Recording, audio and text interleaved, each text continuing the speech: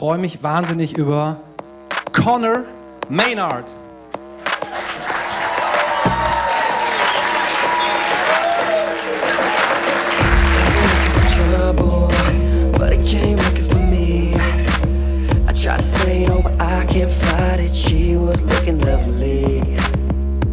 For me, it's definitely been a long time coming. I've been signed for about a year and a half now, so I've been working on my first album since then.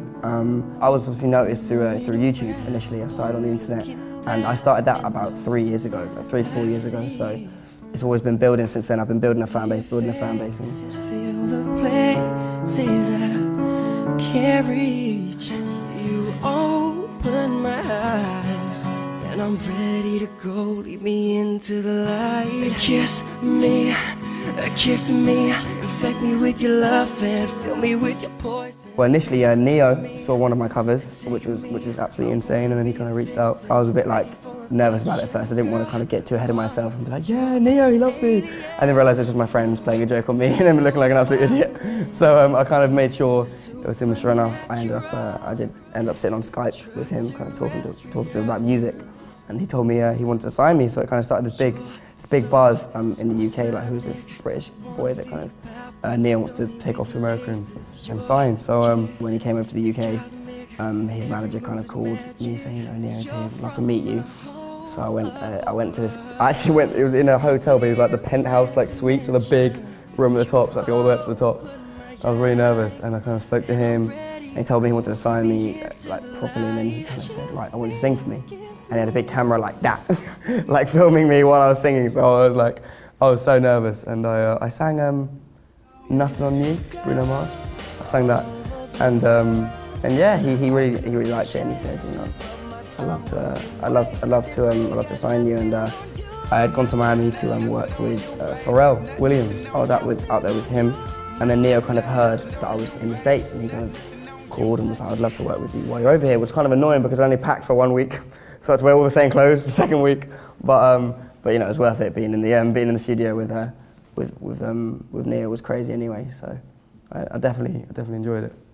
This pretty young thing that I got waiting for me back at home. She's got my engine started. The lyrics of Constant are definitely kind of meant to be taken more tongue-in-cheek.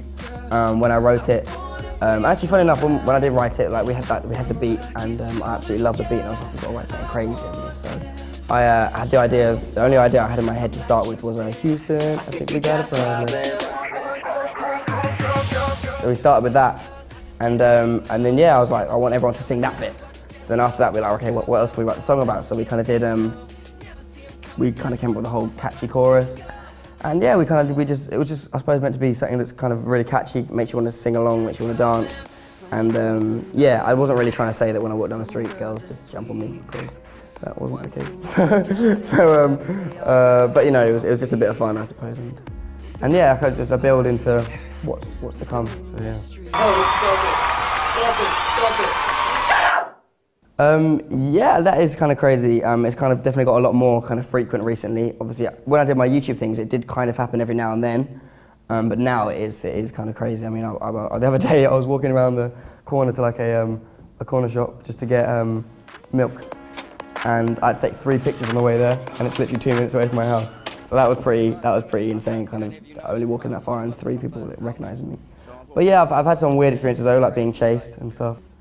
Yeah, I mean, when I first started, I wanted to kind of see how people would see me and how I kind of came across to other people, and what other people thought. I mean, as things progress, it gets a bit more difficult because I'll see something I didn't even know I did, kind of thing. I'd see it and I'd be a bit like, oh yeah, kind of thing. And then, so now it's kind of just, my fans would normally say to me, oh, by the way, you're in this week's thing of this. And it's cool to let the fans find it for themselves, and it kind of makes you realise that they're looking out for you anyway. You don't have to tell them, oh, I'm in this today, and go and look at it. They'll find it anyway, so it's cool.